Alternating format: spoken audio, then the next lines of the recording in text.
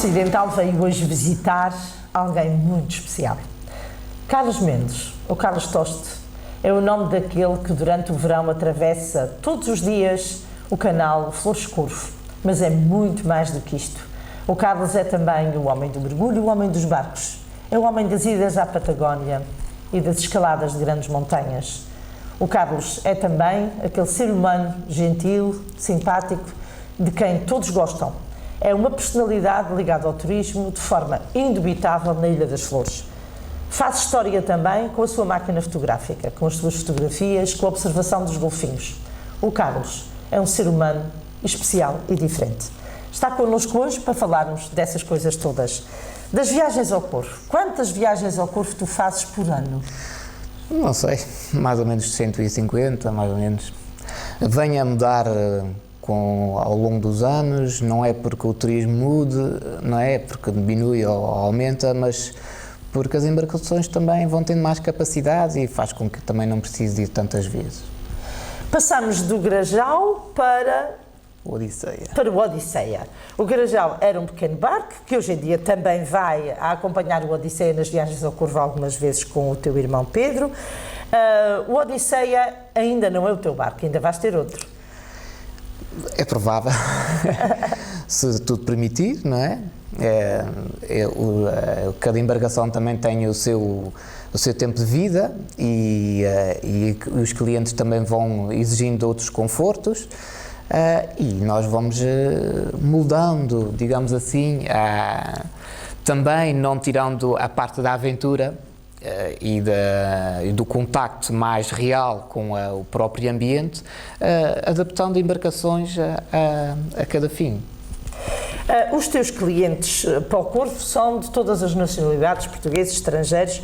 Já tive também o privilégio de fazer essa viagem contigo muitas vezes e sei que é sempre uma excitação imensa e que não há duas viagens iguais. É verdade. A passagem pelas grutas é a parte mais emocionante para os turistas. O que é que achas que é a parte mais importante para eles? O primeiro objetivo, eles procuram o serviço, digamos assim, porque falta-lhes uma ilha, que é a Ilha do Corvo, a última, lá no fim do arquipélago, bem lá em cima, e pequenina, com uma grande surpresa, que é a sua cratera. É esse o primeiro objetivo. Mas depois são surpreendidos pela fauna, né, que existe na travessia, tanto das aves como alguns mamíferos, não é? No caso dos cetáceos, e outras vezes, digamos que assistimos à imagem do National Geographic de grandes bolas de peixe a ser atacadas por atuns ou por golfinhos, com cagarros à mistura, tudo, aquela grande confusão dá grande adrenalina às pessoas que fazem esse tipo de passeio. Depois, a outra fase do passeio é exatamente a fase a passagem pelas grutas, que se alguém ainda tinha dúvidas de alguma atividade que tenha feito aqui nos Açores, que acho que, sei lá, que, por exemplo, comparar uma ilha com outra, termina ali quando começa o passeio de visita às grutas. O Corvo propriamente dito, qual é a impressão que as pessoas trazem de lá? À partida, não é? O primeiro impacto começa por ser um pouco negativo, porque chegamos a um porto um pouco escuro, em que é uma zona comercial que não está preparada para recolher o turismo, não é? E a primeira impressão, e há ali aquela confusão de como vamos visitar a cratera, onde é que vamos comer, isto parece tudo muito pequeno, mas depois comecem a ficar surpresos à medida que comecem a descobrir a ilha, digamos assim. A parte antiga da vila, o subir à cratera até a última volta que o carro dá, é uma constante surpresa, e então quando abre a cratera do Caldeirão fica tudo boquiaberto. Os corvinhos são muito especiais, nós sabemos isso, é um povo muito especial e a melhor conexão dos corvinhos seguramente que até nem é com os florentinos, mas na realidade durante o verão o corvino recebe sem paixão, porque o corvino não é apaixonado, mas recebe bem. Sim, recebe bem, mas o cliente acaba por, ou seja, o visitante, não digo o cliente é só meu, o visitante acaba por não sentir muito o conviver dos corvinos, porque para isso precisa de tempo. E não é uma visita turística que ele vá ficar com aquela impressão do povo local. Tu não levas para lá muitos turistas que não voltam no mesmo dia? Não, a percentagem é mesmo muito baixa, até porque a nível da hotelaria é reduzido e também compreendo que quem lá investiu que seja complicado de ter uma coisa maior, mas na verdade o turista vai e volta ao mesmo dia. Agora, tu já fizeste muitas vezes este percurso com pessoas que foram tirar imagens, com pessoas que foram fazer trabalhos científicos. A opinião dessas pessoas acerca de tudo? Sim, aí muda bastante. Aí a pessoa já sabe para o que é que vai, já vai à procura de algo específico. No caso dos geólogos, a volta à ilha é incrível. E no caso de, por exemplo, quem vem à procura de grandes registros fotográficos, é incrível o pôr do sol na cratera da Ilha do Couro. Sim. Já vi também fotos tuas daí. Quando é que te começou o gosto pela fotografia? Nem me lembro, acho que começou ainda do tempo em que ainda se usava os slides ou os rolos em papel, em que eu levava um mês ou dois para saber qual era a fotografia que tinha tirado, porque entretanto não queria revelar logo o rolo porque aquilo saía caro. Depois, quando acabava de vir as fotos, eu já não me lembrava o que é que tinha usado na máquina para conseguir chegar àquele objetivo. E com a entrada da era digital, claro que tudo mudou e aí os objetivos começaram a ser bem diferentes. Hoje em dia tens uma grande máquina. Pois, se nós temos uma grande paixão, porquê não ter uma máquina que chega... Exatamente. Eu tenho visto fotografias muito giras e eu gostava de mesmo nesta entrevista colocarmos aqui o endereço eletrónico para as pessoas poderem chegar às tuas fotos e aos registros maravilhosos que tu tens feito, registros do mar e da terra também. Uma outra vertente tua que eu acho que é muito importante é a vertente do mergulho. Conta-me como é que é. Tu tens uma escola de mergulho, tens material e as pessoas podem vir para as flores mergulhar e não precisam trazer material. O Carlos tem os materiais. Tu tens os materiais. Isto hoje em dia, viajar com equipamento de mergulho é difícil, apesar de poder desaparecer algum equipamento ou atrasar no nosso tempo de férias, a probabilidade também acontece. E para diminuir isso, acabei por ter que ter o equipamento suficiente para que a pessoa que não conta em fazer mergulho na ilha, mas que depois é surpreendida que a atividade existe e então, com o seu certificado ou não, consegue ter essa atividade. Eu sei que tu tens 2 serviços e era muito importante deixar este registro aqui, porque este filme vai ser visto por muita gente e era importante que tu deixasses isto. As pessoas que nunca mergulharam podem vir fazer contigo um batismo de mergulho. Sim, porque tenho o certificado como instrutor internacional e que me permite levar a pessoa pela primeira vez o primeiro contacto com uma máscara de mergulho, com uma garrafa, com o respirar subaquático, tudo isso. Isso é possível. Portanto, as pessoas quem quiser fazer o seu mergulho, o seu primeiro mergulho, o seu batismo de mergulho, pode fazê-lo nas águas mais que transparentes e límpidas das flores, na companhia de um instrutor de 5 estrelas, o nosso Carlos. Outra coisa, se a pessoa já é mergulhador, pode vir mergulhar contigo.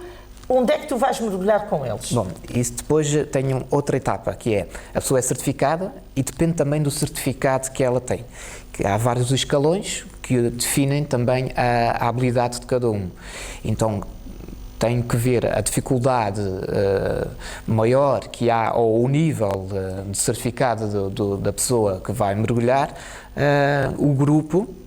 Consoante ele, há pessoas que têm mais dificuldade que outras, umas estão mais, têm mais prática que outras, mas o mergulho é sempre condicionado pelas pessoas que têm menos experiência. E nesses casos eu procuro baías abrigadas, onde não há corrente e onde a fauna é muito parecida com um banco, apesar de não haver peixe de passagem, tem o peixe que vive cá todo o ano e que é mais que suficiente para as pessoas serem deliciadas. As épocas de mergulho são sobretudo durante o verão, é nessa altura que tu fazes? A visibilidade é bem maior, não é? As visibilidades chegam a ultrapassar os 30 metros, que é para baixo da água é uma visibilidade excelente, e a temperatura da água banhada pelas correntes do Golfo torna também muito mais agradável, os seus 23, 24 e às vezes 25 graus de temperatura, torna-se tudo muito mais confortável, se bem que o inverno também tem encantos fabulosos, que é o tipo de fauna muda um pouco, a flora subaquática também muda e faz com que, tal como em terra, haja contrastes diferentes. Entre as flores e o corvo, para mergulhar, qual é? Há um sítio melhor que outro ou são os dois bons? Assim, as flores têm um relevo subaquático muito mais acidentado que o corvo. O corvo tem uma vantagem que tem os pontos de mergulho muito mais próximos uns dos outros, por isso eu acho que as duas juntas reúnem spots únicos, mesmo a nível mundial, porque tenho tido a oportunidade de também de mergulhar em muitos sítios do mundo e sem dúvida fica equivalente Qual foi outros. o melhor sítio do mundo para mergulhar que tu encontraste até hoje? Foi no Bornéu, numa parte que pertence à Malásia, e aí foi onde onde consegui juntar um maior número de espécies e com grande tamanho, mas a adrenalina maior que me aconteceu no mundo subaquático foi mesmo aqui na Ilha das Flores. Um encontro com não vou querer exagerar, mas eram vários cachalotes em que mergulho livre, nem precisei de usar as garrafas para ter o maior impacto subaquático que uma vez tive na vida. Em que é que a ilha tu conheces o mundo? Quando nós dizemos que isto é muito bonito, se é uma pessoa que nunca saiu das flores, é devido à sua opinião, porque é muito bonito, não conhece outra coisa. No teu caso, tu conheces muito do mundo. Conheces lugares muito bonitos, já viajaste, já estiveste em lugares lindíssimos. Quando vais a esses lugares lindíssimos, ficas com a Ilha das Flores, reduz dentro de ti ou aumenta? Fica equivalente a outras partes, mas com cenários distintos. Eu costumo dizer que a Ilha das Flores é dos poucos sítios no mundo que é possível fotografar 24 horas, sim, independentemente do clima. Muitas pessoas dizem, mas hoje não está bom para fotografar, hoje tem muitas nuvens, hoje está a querer chover ou está muito vento. É na altura que me entusiasma mais, é na altura que os cenários têm muito mais impacto. Quando há aquele céu limpo, eu deixo essa parte para o mergulho, ou para dentro das grutas, ou algo que seja diferente do que é paisagem. Mudo todo o equipamento de paisagem para a vida selvagem.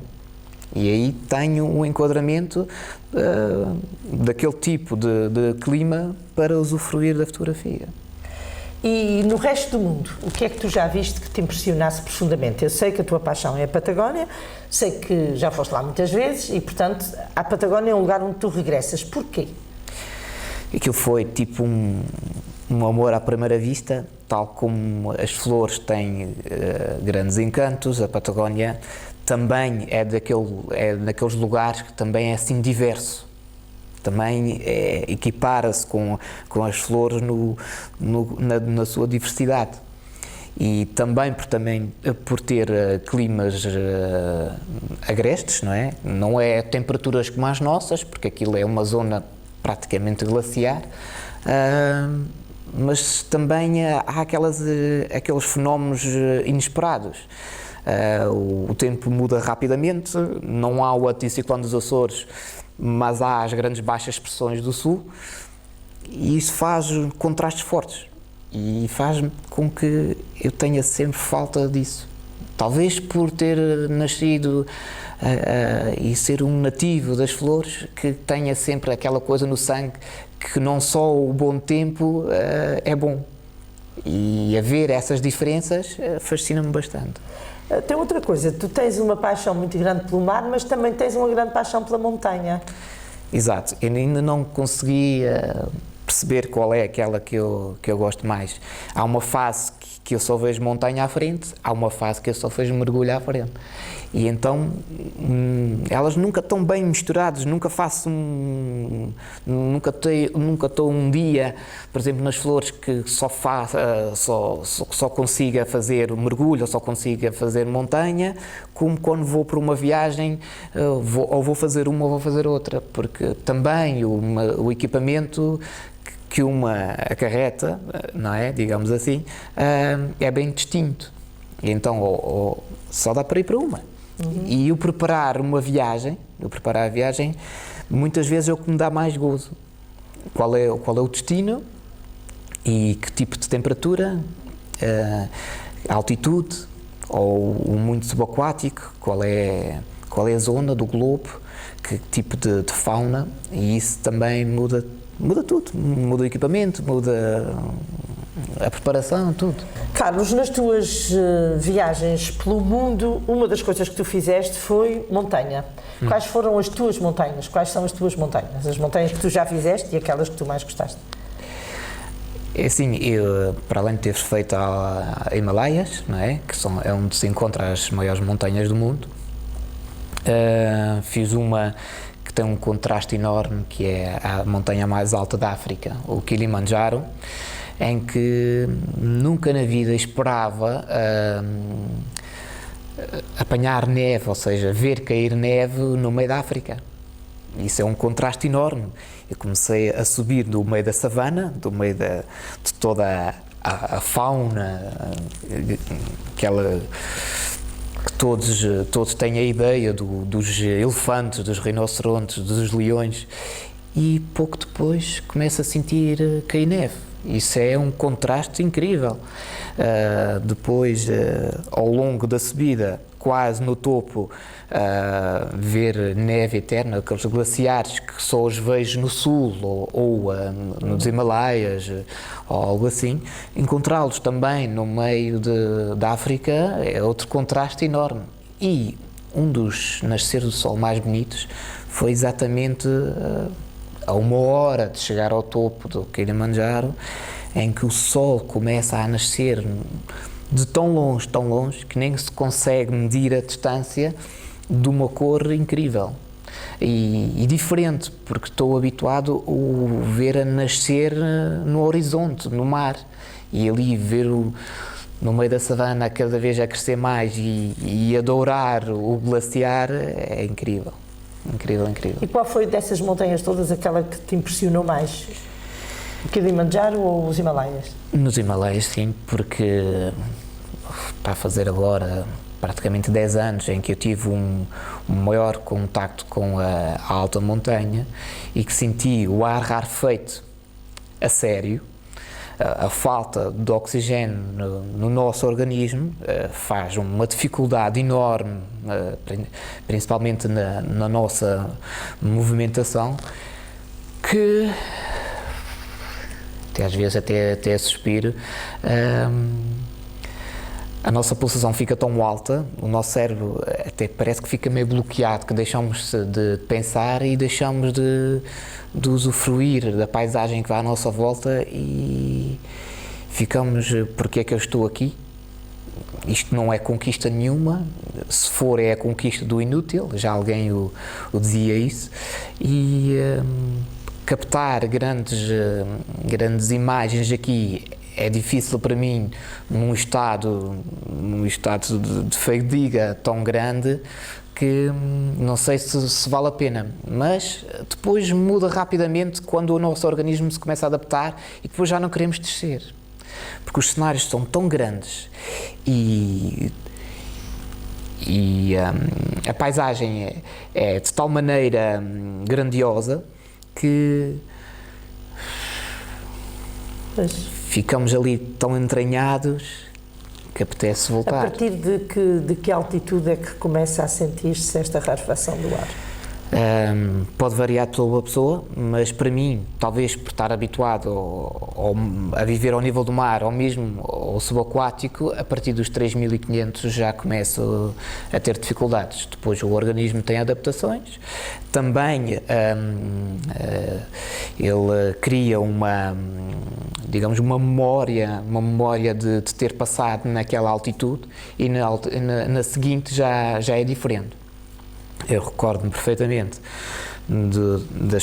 a primeira vez que cheguei aos 5.000 metros e que eu pensava que dali não passava. E depois o organismo adaptou-se, desenvolve, que nesse caso é o globo vermelhos, em quantidade suficiente para baixar-nos a pulsação, para facilitar a oxigenação às células. E daí nós começámos a desfrutar do local porque já nos sentimos confortáveis. Mas, por exemplo, ainda este ano tive a oportunidade, depois de uma viagem à Patagónia, com mais uns amigos, ir até ao grande Salar de Uyuni, que há passagens ali aos 5.000 metros, em que nós subimos rapidamente dos 2.000 para os 5.000. E se fosse há 10 anos atrás, o meu comportamento ia ser completamente diferente do que aquele que foi este ano, devido a essa memória do organismo, e aí desfrutei à séria do local com paisagens que se calhar não vou ver pelos próximos tempos, por ter a sorte de ter encontrado um pôr do sol de um lado direito e do lado esquerdo uma tempestade. E isso, lá está, o tal fenómeno de contrastes que a natureza nos oferece. E qual é a preparação física que tu fazes para ir a esses locais? É idêntica à de um maratonista. A alimentação e o treino diário têm a sua disciplina e que não pode ser menos de 4 horas diárias.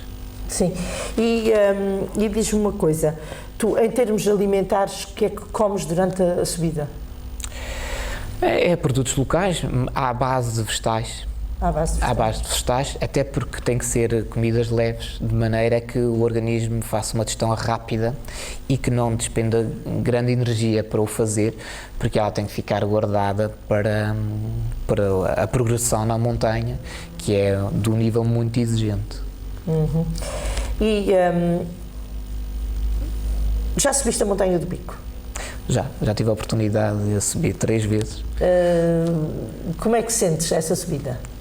É um passeio de montanha e fácil, mas pode se tornar muito perigosa, e isso é bom que tenha sempre, quem a subir tenha sempre essa ideia de que aquilo é fácil num momento, mas de outro momento pode se tornar mortífero.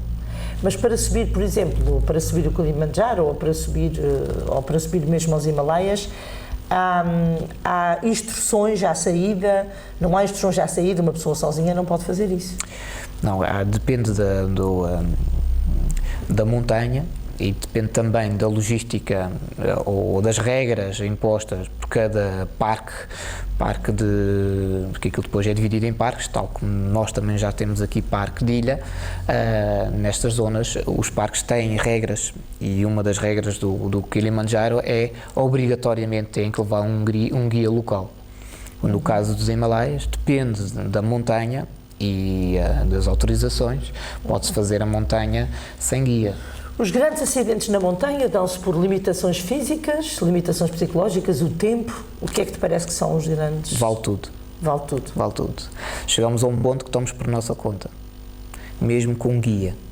Estamos por nossa conta porque dependemos de nós, da nossa preparação anterior, e isso aí também tem a sua parte técnica, que é de um nível bem elevado, e que faz a diferença do sucesso ou não. E as tuas idas para montanhas tão fundamentais e para montanhas tão elevadas têm a ver com um grande desejo de aventura, com superação de obstáculos, com a tua superação física ou com o teu desejo de descobrir coisas novas? Tem sempre um objetivo. Tal como cada atividade que eu faço aqui na ilha tem um objetivo de ter um enquadramento para as minhas fotos. A mesma coisa eu procuro noutros locais do mundo, que é ter enquadramento naquele tipo de atividade, mas o objetivo é sempre fotografar. Se neste momento tu pudesses escolher um lugar para viver que não fosse as flores, para onde é que tu ias? Era a Patagónia. Era para a Patagónia, Era. definitivamente. E dentro dos Açores, há alguma outra ilha que te fascine para além das flores? O Corvo, que é logo a minha segunda terra.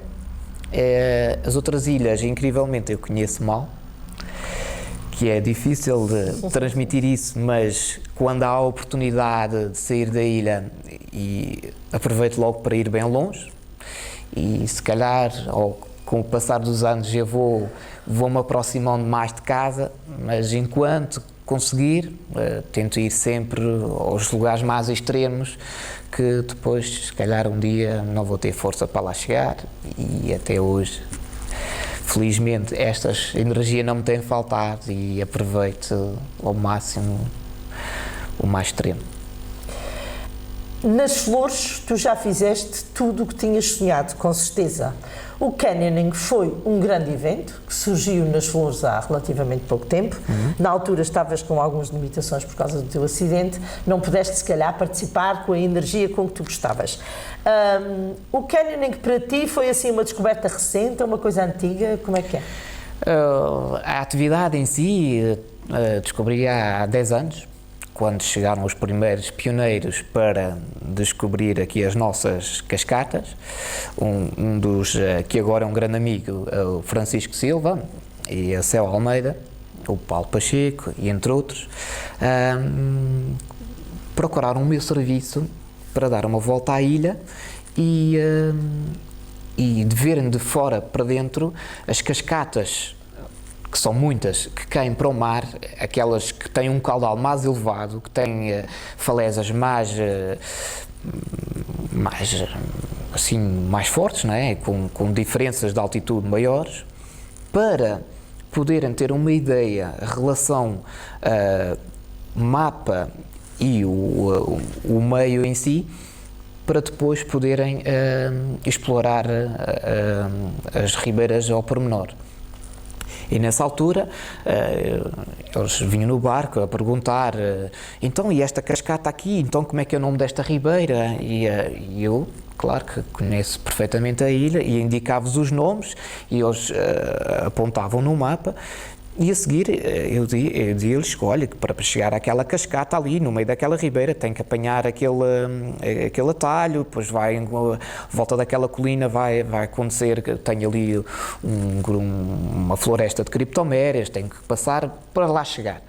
E eles apontavam, tu já fizeste canyoning? Não, eu nunca fiz canyoning, e nunca usei cordas aqui para chegar a lado nenhum. E eles começaram-se a entusiasmar também com alguém local que os podia ajudar, e pediam a algum voluntário na ilha, que na altura, com o meu trabalho, não podia chegar lá, e apresentei-lhes o Marco Melo, que hoje é um grande colaborador meu a nível do canyoning, e que tem a sua própria empresa, e daí começou o canyoning digamos, a entrar no sangue, e fez com que eu descobrisse mais a ilha ainda, porque eu conhecia bem pela montanha, conseguia bem à volta da ilha, pelo meio dos 1001 atalhos que os antigos me iam informando, mas faltava ainda passar no meio da ribeira. E isso veio abrir novos cenários para a minha paixão de fotografar. E foi sempre com esse intuito que entrei nas atividades todas que hoje ainda as pratico. Este evento de canyoning foi um enorme sucesso. Quais foram as opiniões que tu recolheste? Desde o primeiro momento em que o evento foi lançado, que foi, nós tínhamos um limite de inscrições, em que abriu praticamente 2 semanas depois, teve que fechar porque já estávamos limitados a 120 participantes, e isto a nível de logística geral, não é? Desde a hotelaria à restauração, aos serviços de transferes, tanto de barco como de terra, acarreta bastante a logística. E fez com que tudo bem organizado tornou o evento um sucesso de primeira. Tu já conheceste ao longo da tua vida umas centenas de pessoas, milhares talvez? Sim.